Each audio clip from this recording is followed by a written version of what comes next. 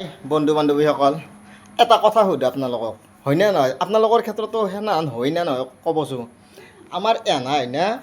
এই চাওক এতিয়া কিবা ক'ম বুলি পিছমুৱা দি পেলাই যাই আছে এনাই মাকত তাকে আছিল আহিলি